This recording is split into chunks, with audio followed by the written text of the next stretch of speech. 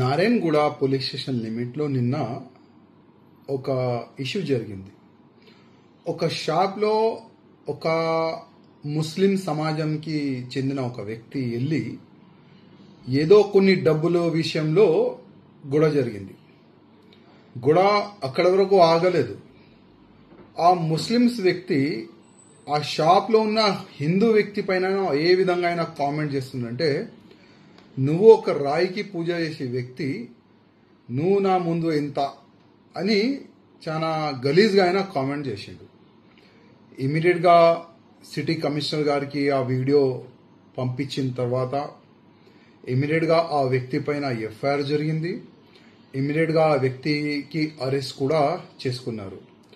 నేను మా police commissioner గారికి హృదయపూర్వకంగా ధన్యవాదం చెప్తున్నా. అదేవిధంగా ఇట్లాంటి వ్యక్తులు ఎవరైనా ఉండని, మా హిందూ ధర్మం పైన కానీ మా దేవుళ్ళ పైన కానీ ఇట్లాంటి ఎవరైనా కామెంట్ చేస్తే దయచేసి కమిషనర్ గారు వాళ్ళకి స్పాట్ బెయిల్ రాకుండా కొద్దిగా సరైన సెక్షన్లు వేసి అట్లాంటి వ్యక్తికి జైలుకి పంపిస్తే ఇంకొక వ్యక్తి అట్లాంటి కామెంట్ చేయడానికి 100 సార్లు ఆలోచన చేస్తారు.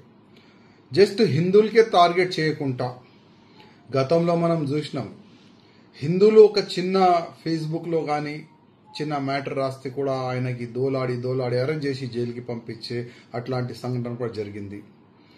అంటే ఇట్లాంటి సెక్షన్లు అంత స్టిక్ హిందువుల పైననే చూపెట్టే బదులు ఏ సమాజమైనా ఏ వ్యక్తి అయినా వాళ్ళు ఏ ధర్మం పైన ఇట్లాంటి తప్పు కామెంట్ చేస్తే ప్రతి ఒక్క వ్యక్తి పైన ఇదే విధంగా మీరు చర్యలు తీసుకోవాలని నేను మా పోలీస్ కమిషనర్ గారికి